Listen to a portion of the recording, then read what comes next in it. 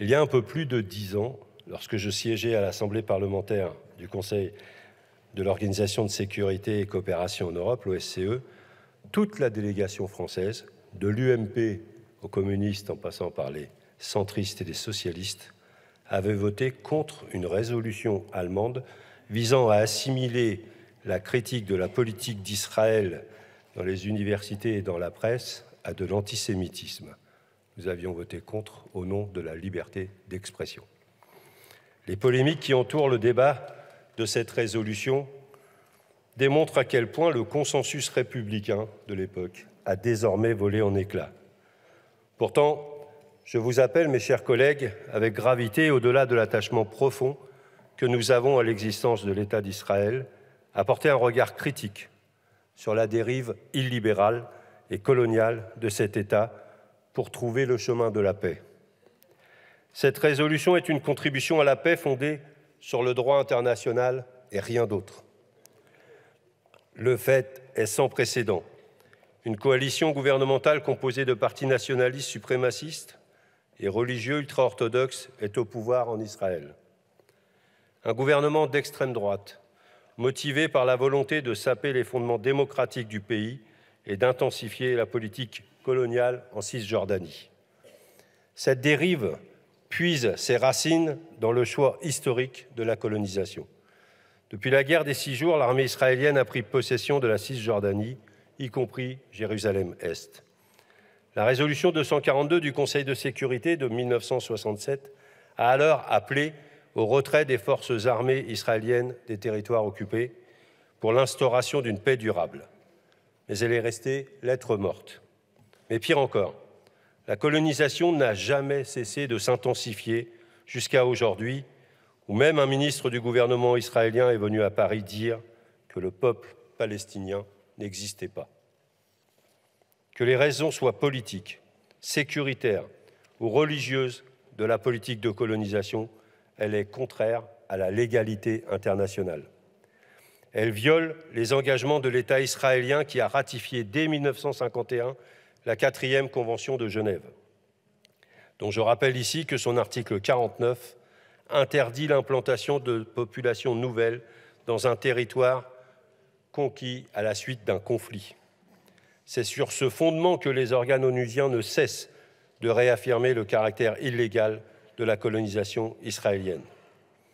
Les Palestiniens sont les principales victimes de cette longue dérive, à tel point qu'aujourd'hui, leurs conditions relèvent juridiquement d'une situation d'apartheid, telle que définie par le droit international des droits de l'homme et au fondement même des Nations unies.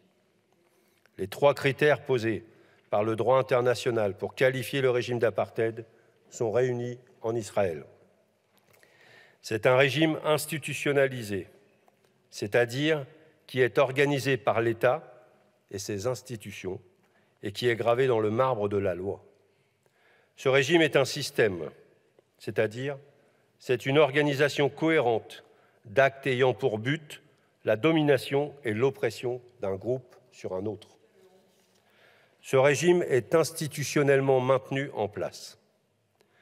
Les centaines de résolutions du Conseil de sécurité et de l'Assemblée générale de l'Organisation des Nations unies condamnant la colonisation israélienne des territoires palestiniens, les résolutions de l'Assemblée parlementaire du Conseil de l'Europe, les enquêtes et les rapports publiés par des associations et des organisations non gouvernementales israéliennes, comme Breaking the Silence ou B'Tselem, des ONG palestiniennes, comme Alak ou Adamer, et des ONG internationales, comme Amnesty International, démontrent qu'un système qualifié d'apartheid en vertu du droit international a bien été institué par l'État d'Israël.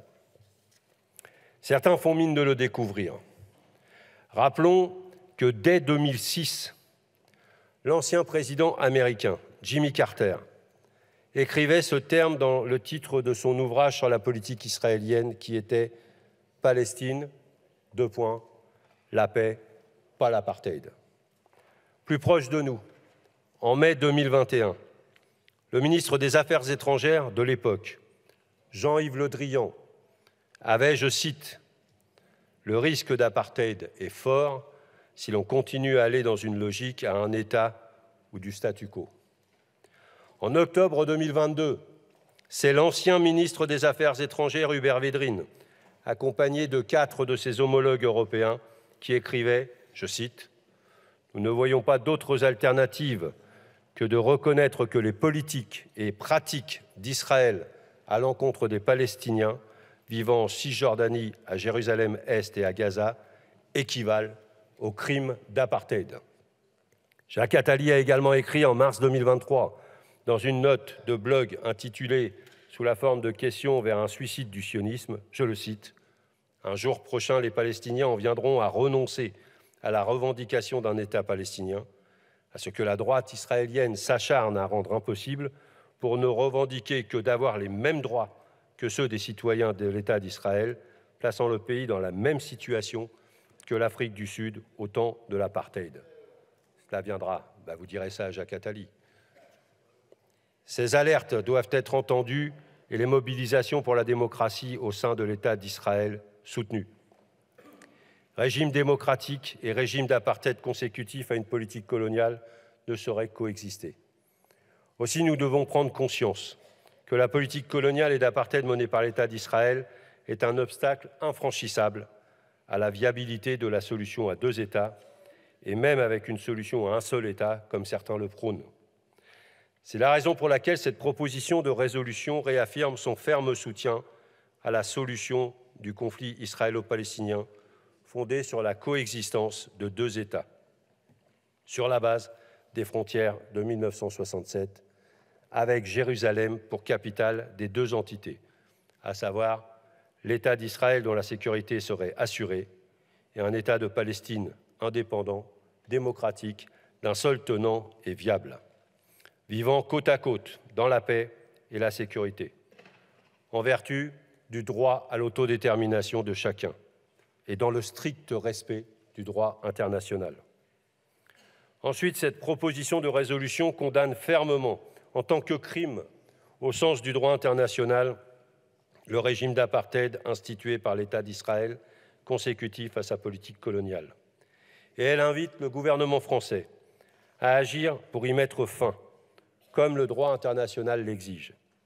Elle propose au gouvernement français de reconnaître l'État de Palestine en vue d'obtenir un règlement définitif du conflit, comme notre Assemblée, ici, quasi unanimement l'a fait il y a maintenant près de 10 ans.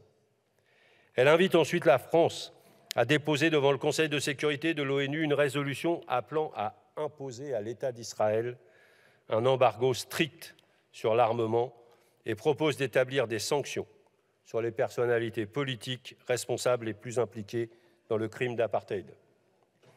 Elle invite enfin le gouvernement à abroger les circulaires illégales, selon notre droit européen, interdisant l'appel au boycott des produits issus des colonies. Elle rappelle qu'en droit international, le boycott est considéré comme une forme légitime d'expression politique et que les manifestations non violentes de soutien au boycott rappellent d'une liberté d'expression légitime qu'il convient de protéger. Mes chers collègues, je vous invite donc à sortir d'un silence qui permet l'impunité d'une politique d'occupation menée illégalement depuis plus de 5 décennies qui s'accompagne de violations des droits humains et libertés des Palestiniens. Je vous appelle à vous prononcer pour un ordre mondial fondé sur le respect du droit international et permettre ainsi d'ouvrir des perspectives de paix durables pour le peuple palestinien et pour le peuple israélien. Merci de votre attention. Merci, monsieur le député.